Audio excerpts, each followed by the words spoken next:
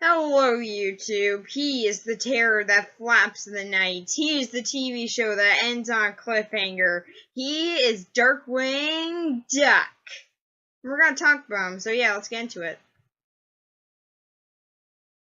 So for this story, Darkwing Duck daringly defends the city of St. Canard from the various villains that seek to squander its serenity, with the occasional help of his sidekick Launchpad, his adopted daughter Gosalyn, and her best friend Honker, and sometimes he gets help from a secret spy organization called Shush, but other than that, he does it all on his own, like 30% of the time. So yeah, this series does not have that much of a plot to it, and that's probably the biggest critique I have on this show because, yeah, let's face it, this is a really fun series that I honestly don't have that many problems with because, well, it's just supposed to be a fun sort of episodic series, but yeah, that's probably the biggest problem I have with it is that it's extremely episodic.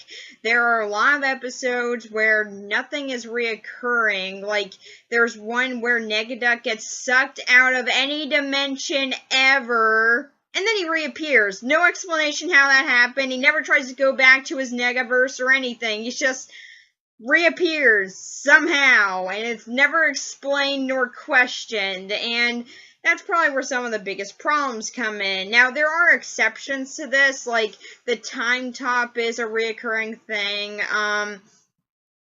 There's Taurus Bulba, who's pretty much the only villain who actually does carry a bit of a story arc to him, which is really nice, and that's probably just because he was the first villain on the show, and honestly, I find it a bit of a shame that he was never a reoccurring one because of that. I would have really liked to have seen them go into a bit more of a story other than a two-parter or something, but other than that, and some organizations reappearing, like Shush and Fowl and the Fearsome Five, which I always found was weird. Like, the Fearsome Five is a recurring thing, but the Justice Ducks aren't for some reason. Like, they all need to team up in order to beat the Fearsome Five the first time, but after that, Darkwing can handle this. It's fine. Why? I really don't get how that works. Like, just was Gizmo Duck way too busy doing whatever he does on DuckTales?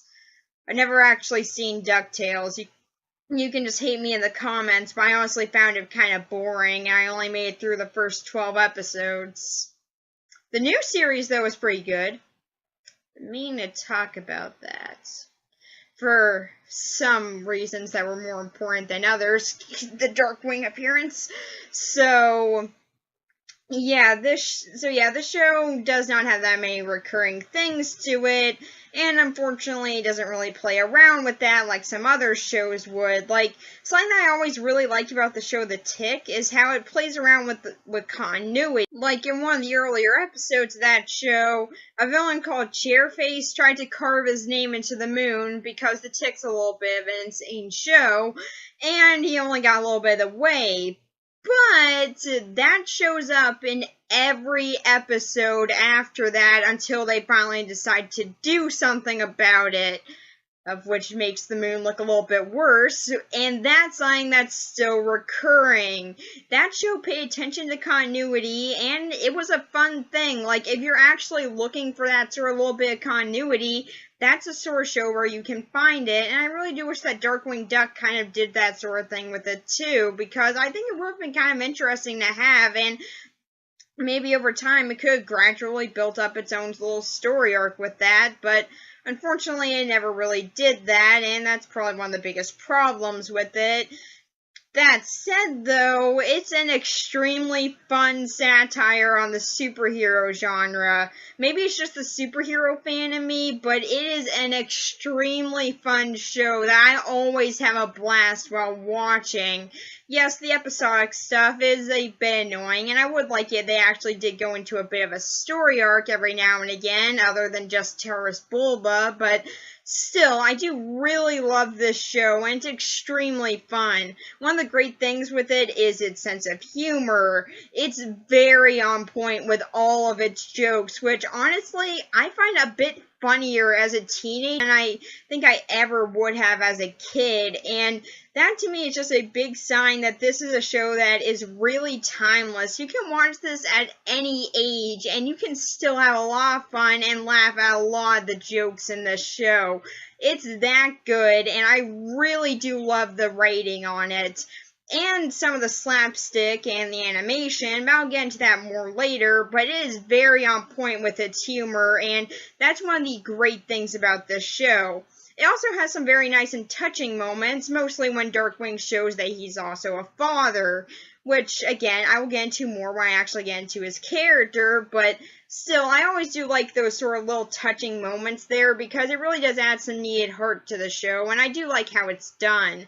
So for the story, this is probably where I'll give the show the lowest ranking, as I'm going to give it a 7 out of 10. Like I said, it's extremely episodic, and there isn't that much of a story to it outside of a few recurring things. That said, though, it's a great superhero satire with some very on-point humor and some very good emotional moments that I think can overcompensate for the extreme episodicness of it.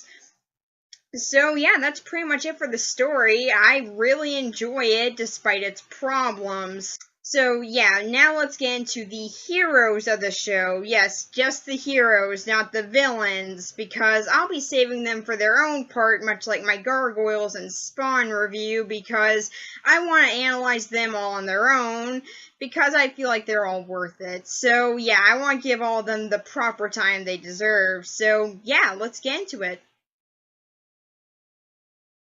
So for the protagonist, let's start off with the titular one himself, Darkwing Duck, or Drake Mallard.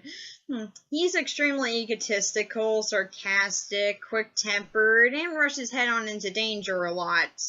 And that's part of why I love this character so much. He's not in this for helping people or anything. He's in this to get the fame and attention from it, and it's really great. One of the things that really go into his characterization, though, is his actor, Jim Cummings. And yeah, he's a very well-known actor in the field of animation, as he's been in a whole lot of things, far too many to list, and yeah, he's gotten quite the good career.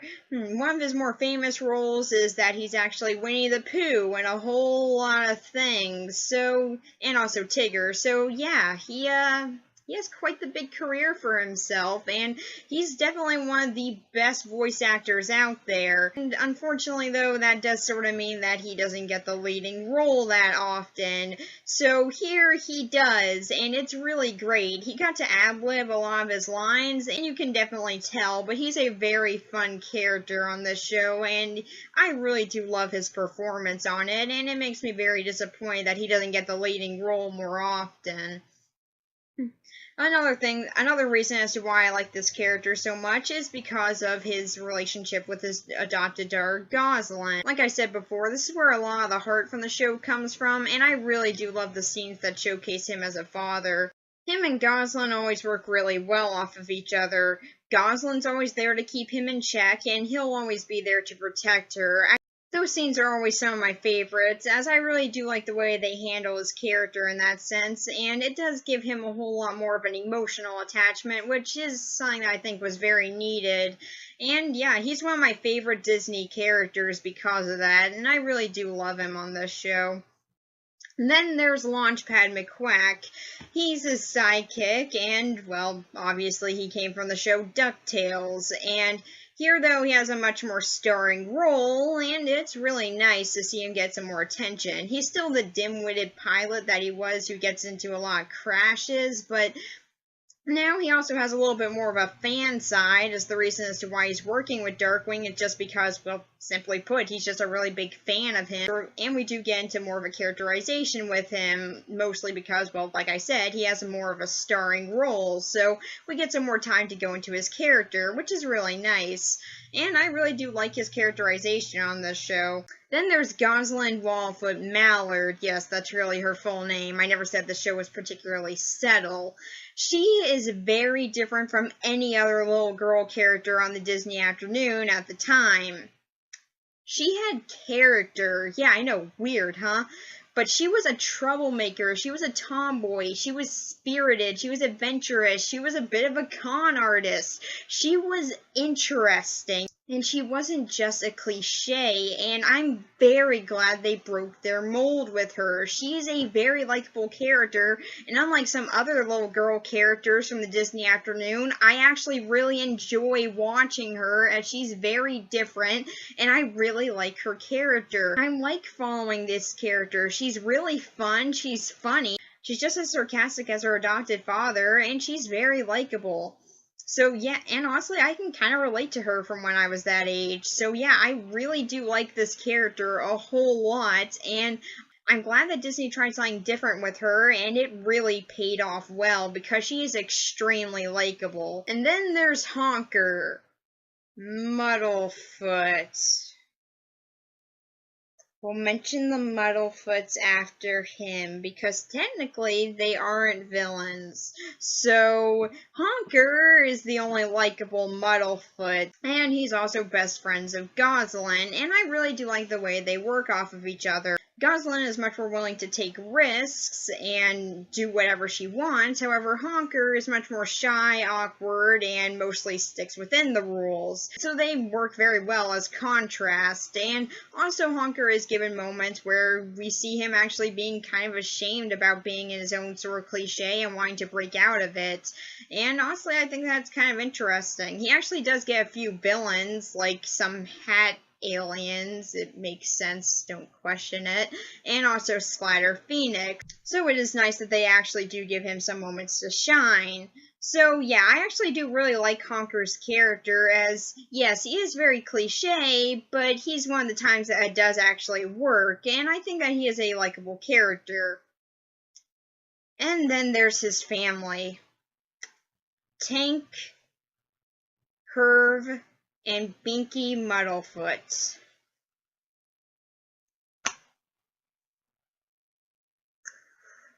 They're interesting. They're extremely annoying, but they're supposed to be. They're supposed to be those annoying neighbors that just kind of butt in and are super overly friendly and stuff. And yeah, that's kind of annoying, but also it's pretty hilarious, especially in some episodes where we do actually see them kind of breaking that cliche. Like there's one where Binky becomes a superhero.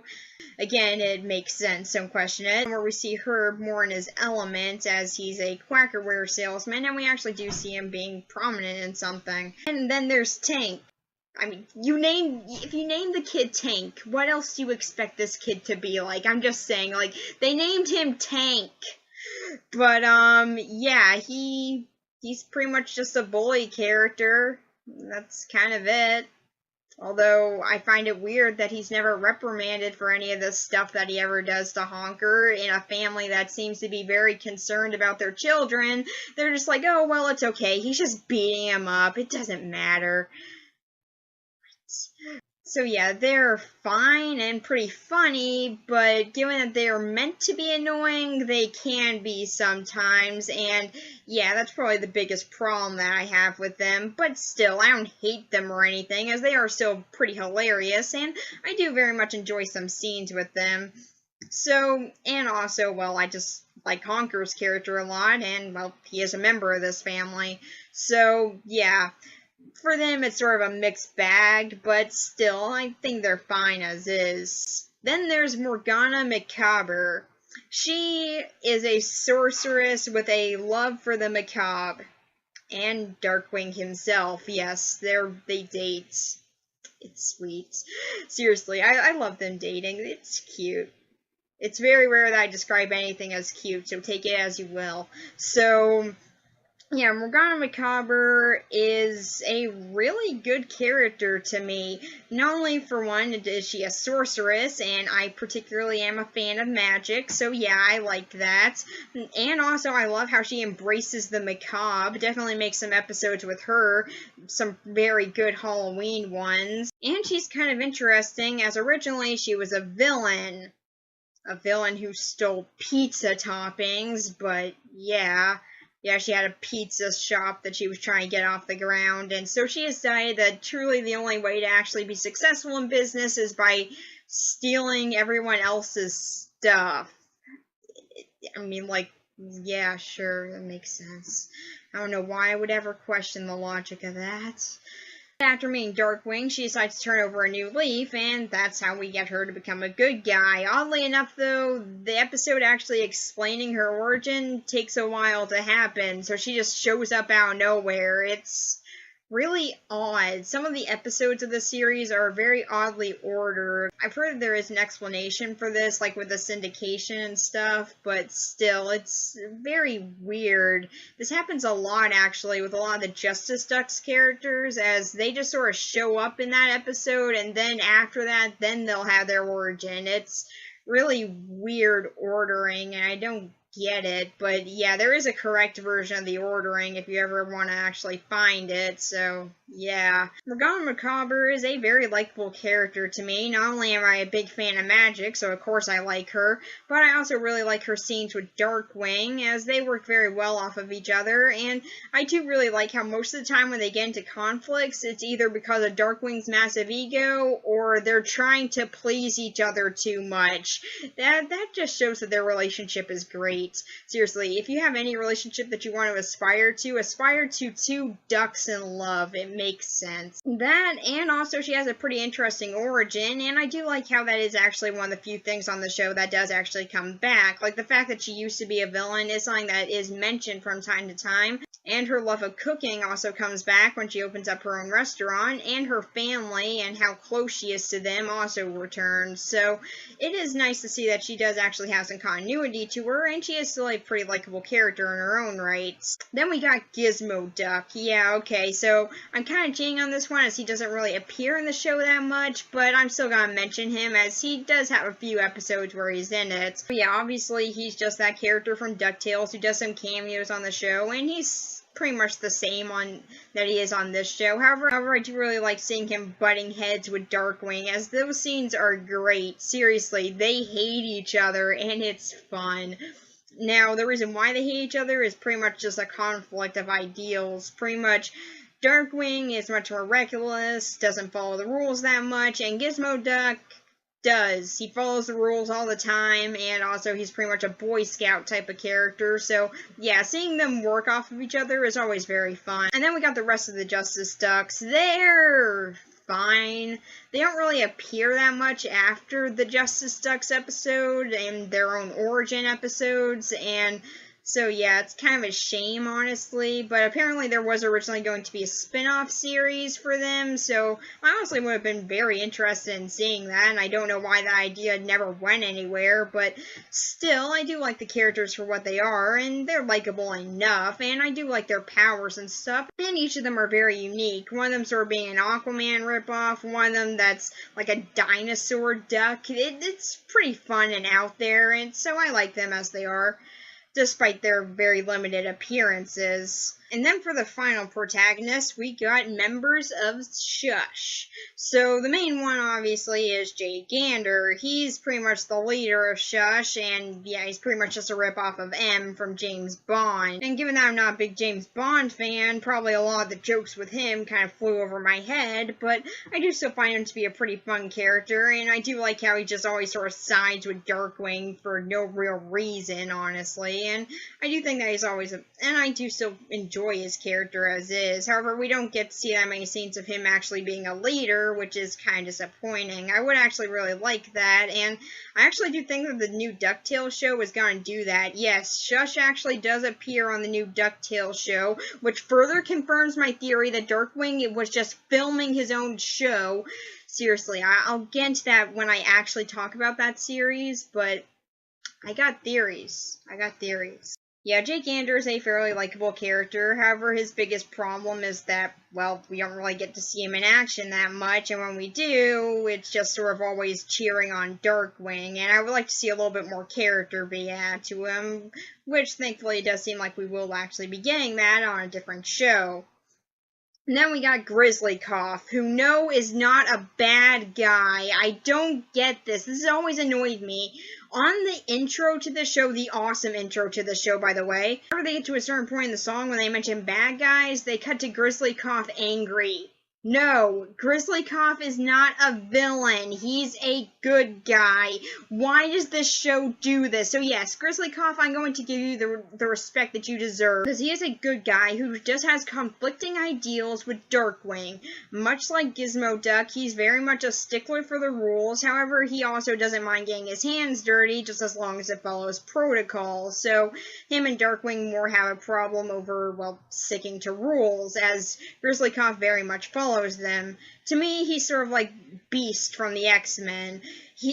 From all appearances, it seems like he would sort of be a Tufts or a Muscle character, but in actuality, he's a stickler to the rules, and I really do like that with him, and I feel like he's a very underrated character who deserves the respect that he should get, and the intro, for some odd reason, never gives him. So, thank you, Grizzlycov. You deserve respect. To be fair, he did actually become a villain once, but there was a reason for that, okay? So, yeah, he was a double agent. It made sense, okay? He wasn't actually a villain, so please, show, stop. Just stop. Show that was canceled years ago. That isn't gonna stop showing that. I don't know why I want you to stop. I just do. It annoys me, okay? So, yeah, for the protagonists, I'm going to give them a 9 out of 10. There are a few characters that either don't really show up all that much or don't have that much characterization to them, but overall they're all still fairly unique characters that are very likable, and I always have a fun time watching. So, yeah, with that, let's get into the villains.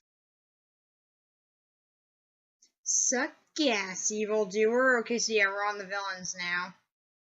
I had to. I have this gas gun. It took me a while to make. I had to take advantage of it where I can. So, yeah. Give me a sec. So, for the villains, well, we won't be talking about all of them. We will be discussing most. So, like, a few of them that only had, like, one episode appearances, or ones that just weren't really that important or memorable to me, those are the ones that I'm going to be skipping.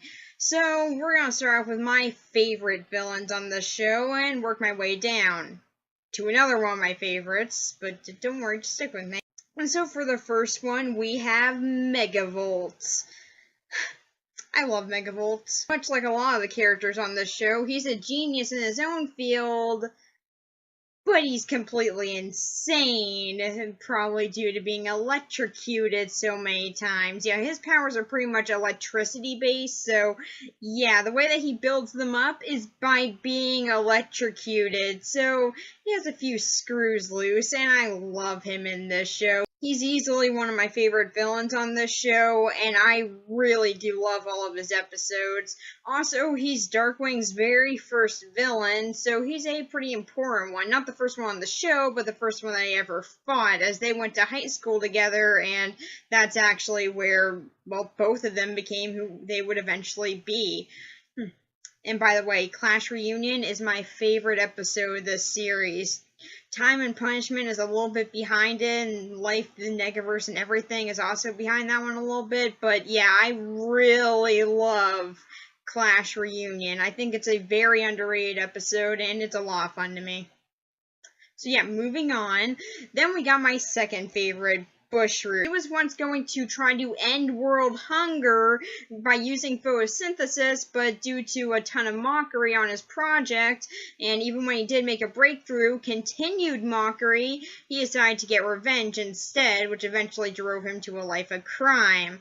And now what I find mostly interesting about his character is that he's not necessarily a bad guy. I mean, yes, okay, he does still commit crimes and stuff, but he's by no means as villainous or insane as a lot of the other villains on this show, as there are even moments where he'll team up with Darkwing if he sees that something has gone too far.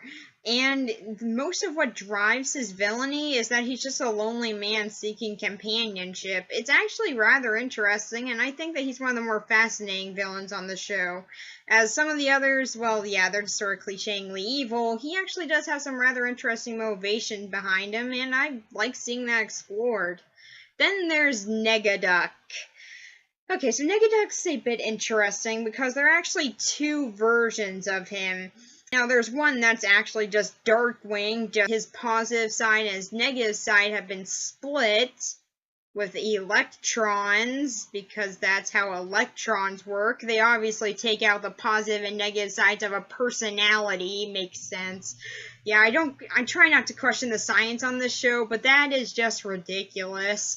But, yeah, anyway, so the good side of him was extremely nice and didn't even want to hurt anybody. The violent side of him was a homicidal maniac, and it was very fun.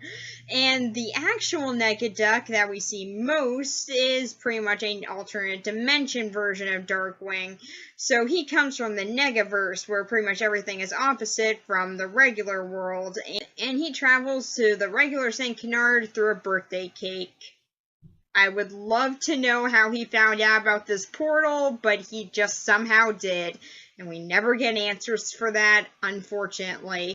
Now, Negaduck is actually one of Darkwing's more ruthless adversaries on the series, as, well, much like the Negatron version of him, he's a homicidal maniac, and it is fun. Seriously, this is where Jim Cummings gets to be a bit more insane with his voice, and it is so much fun. I love this guy.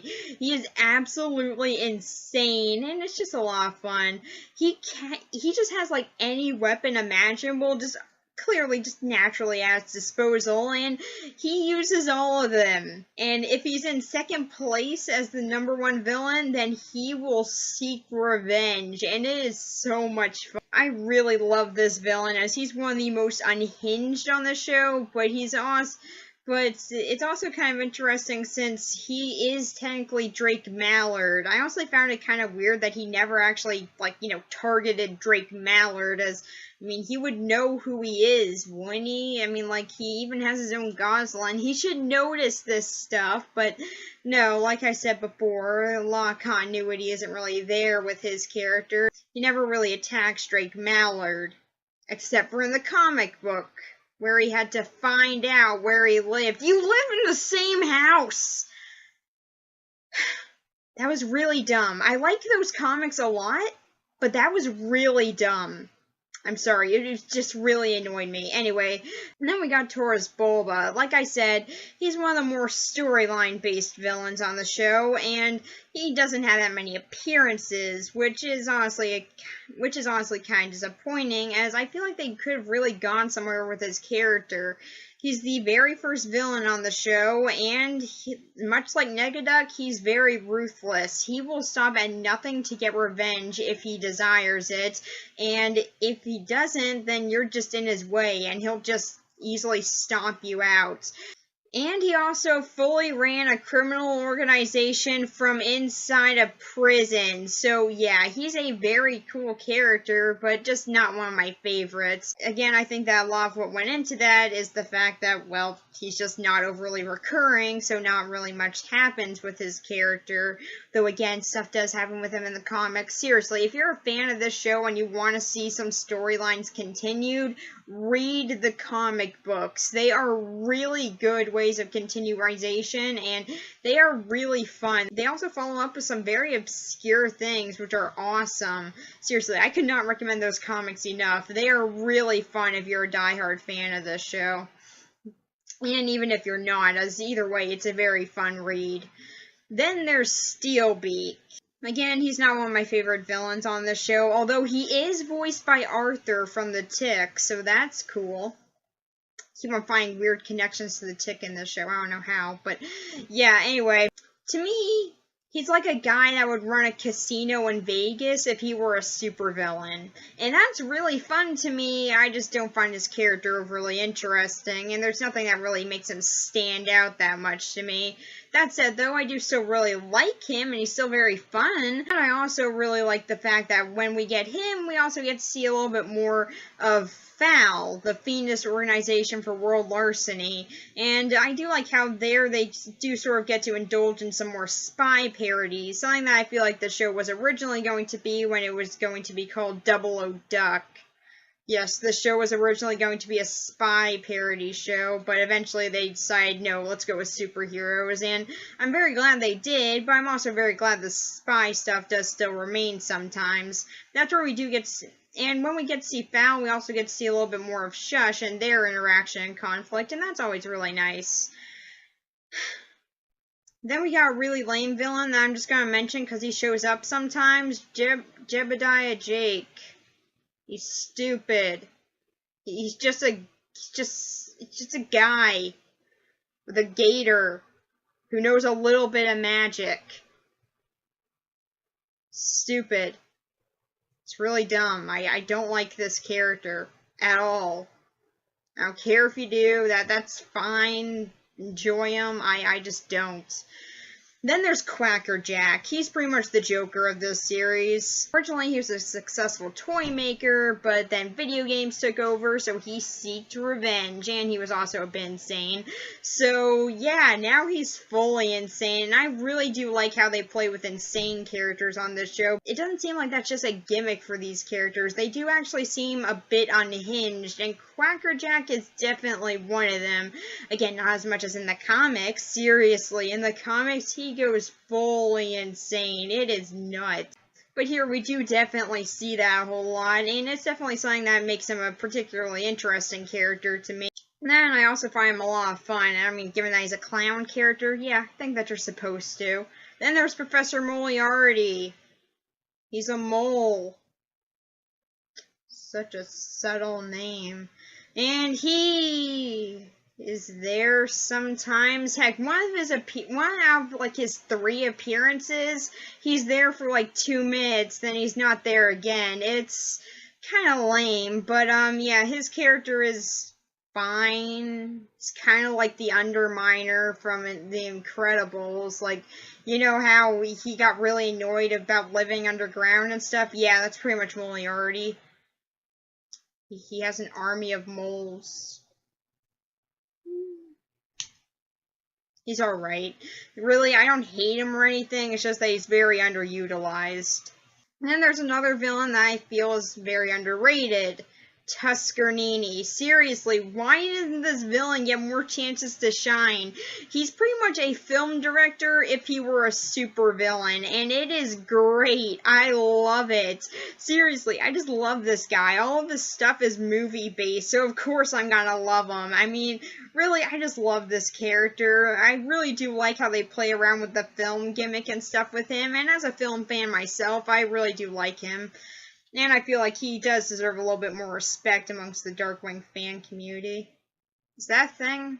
I don't know if it is. But if it is, then respect him a little bit more. Because he's a cool character. Although for some odd reason, Darkwing always calls him his archenemy. To be fair, he calls almost everybody his archenemy, but, well, all of his villains, pretty much. But, yeah, Tusker Needy, really? Is he really one of your archenemies here? I would have assumed, like, you know, Megabull, or Negaduck, or Taurus Bulba, but Tusker Needy? And then there's the Liquidator. I really love his powers. Seriously, I love the ability. I always love water abilities. I just always found it cool. Water's one of my favorite elements, so I really do like it when it's utilized well, and this is really a cool way of using it. Pretty much his entire body is made out of water, and yeah, he can pretty much just do anything in relation to water. He can freeze it, he can move it, he can merge with a lake to become huge. He has a lot of abilities. However, he's rather underutilized. Yeah, he has a few episodes where he's the main villain, but most of the time when he shows up, it's just sort of working with the Fearsome Five. And while he does deserve a place amongst them, I feel like there could have been a whole lot more done with him. That, and he mostly talks in ad slogans, which can be a little bit annoying sometimes, but I still do find it pretty funny, and it makes when he stops talking like that really, really important. Like, when he stops talking about that, you know something serious is happening. And then there's the most ruthless, the most villainous, the most diabolical one of all. Dr. Slug. He's so evil, we never actually see what he did. Yep. But he's always number 1. Just don't mess with him. It's just too intense. So yeah, he's kind of funny. He's voiced by Frank Welker, so that's cool. Then there's Splatter Phoenix. I mentioned her because I found her really, really funny. She's pretty much an artist who has living paint, like, you know, Epic Mickey? Yeah, pretty much that's her powers, just if she were evil. And yeah, kind of insane, and also had a very extended vocabulary. Seriously, it's insane how extended it is. It even makes Darkwing not know what she's saying half of the time. It's hilarious, and I love it. So yeah, she's a really fun villain, but she only has like 2 appearances, but I still feel like mentioning her because I find her really funny. And I just really enjoy her character a lot. And much like Tuscarnini, I think that she's kind of one of the more underutilized one. And then there's yet another one of my favorites, and the final one that we shall discuss for the villains. Dark Warrior. Okay, so he's not technically a villain, but let's face it, he totally is. So pretty much he has only had 1 episode appearance and 1 comic book appearance. Well, actually 2 if you count how many issues he was in, but he was only a part of 1 storyline, so I'm getting off topic. But it's one of the most well-received episodes of the series, and always sort of makes it onto the top 10 list for this show. It is Time and Punishment. In that one, Gosalyn gets taken to the future. So Darkwing is left without her for a long time. It's never really said how long, just long. And he pretty much loses the will to do anything after that, until eventually he sees a girl that looks like Gosalyn in trouble, and he helps her. Because of that, he gets the will to crime fight again. However, he takes it too far. Way too far. He begins to become very violent and pretty much just decides to use tanks and missiles and guns. So, yeah. And eventually he takes care of all the villains. But he doesn't see that St. Canard is still safe. So he decides to defend it against jaywalkers and lawyers and people who pulled tags off of mattresses. Those always annoyed him. So, yeah, he takes it really, really far. And I really do love this story. It's very interesting to see what could happen to Darkwing if he lost someone important to him. Actually, again, I'm going to mention the comics because those are really good. But in the comics, he actually loses Morgana. Almost drives him to becoming Dark Warrior, but eventually he snapped out of it by still having his family and friends still around him. So that's a timeline where he was saved from becoming it, but he almost did. And honestly, to me, it's very interesting to see how that would affect him. That, and when he actually does get Gosalyn back years later, he still doesn't stop. In fact, he actually locks her in prison because they disagree. It's interesting to see that he's gone so far that he doesn't even care about Gosalyn anymore, at least not enough to not lock her in jail. And to me, Dark Warrior is one of the most interesting episodes of the series, despite kind of an overly cartoony finish, where, like, he can't decide if he's gonna pull the trigger, so his whole body starts shaking. Like, to me, that just sort of ruined the moment, but yeah, still, it's actually a really good episode, and I think this is a really good villain out of the series, and it definitely made it awesome when he returned in the comics. Seriously, at the very least, read that comic arc. It's really good. So, yeah, for the villains on this show, again, I'm going to give them a 9 out of 10. Like I said, there are some of them that are pretty forgettable and just aren't very memorable, but there are still a whole lot more of them that I really enjoy watching, even if they don't have that many appearances, and still stick with me a whole lot, and are a big part of why I've rewatched some of these episodes so many times, because I really enjoy watching these villains a lot, and they're all very memorable and very distinct. So yeah, 9 out of 10 for them. So now let's get into the animation. So for the animation, there isn't that much to say about it. Not because it's bad or anything, but it's just really good. It knows when to be super cartoony and quick paced for the slapstick moments, but also when to calm down for more quieter moments or just more mundane. And it has a very good balance of both.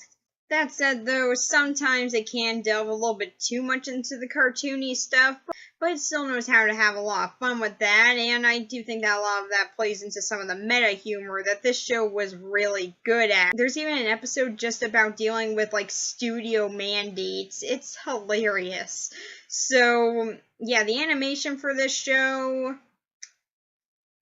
I don't know if I should give it a 10 or a 9 because, like I said, it's really good animation, but it's still a Saturday morning cartoon, so there are still some problems with it. So I think overall I'm going to give it a 9, maybe a 9.5, but yeah, it still has really good animation. That is very quick paced, but still knows how to slow down when needed.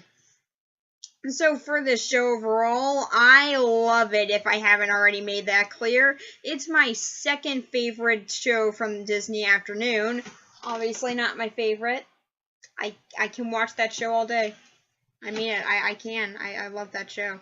But this is definitely my second favorite out of the Disney Afternoon. Though to be fair, it's also the second Disney Afternoon show that I've seen, so yeah, I don't know. Maybe I'm just a bit biased because of that. Despite sometimes being a little bit too episodic, some characters not being fully fleshed out, and sometimes some animation errors here and there, it's still a really strong show with a lot of great humor. And some really likable characters with some very quick and on-point animation. I cannot recommend this show enough if you haven't already seen it, as it is still very relevant, and even more so a little bit now, as the superhero genre has kind of blown up a lot ever since, and I think that can still really, and I still think that really holds up and will for a long time. So for this show overall, I'm gonna give it a 9 out of 10. I mean, it does have a few problems here and there, but I still really love it. And it's definitely something that I don't mind rewatching every now and again, as it is a very fun show. So that's pretty much it for Darkwing Duck. And next time, October begins. So we will be looking at Jeepers Creepers 3. Yay, it's gonna be so much fun, I'm sure. So yeah, look forward to that, I guess. I'm not. So yeah, see you then. Bye. What?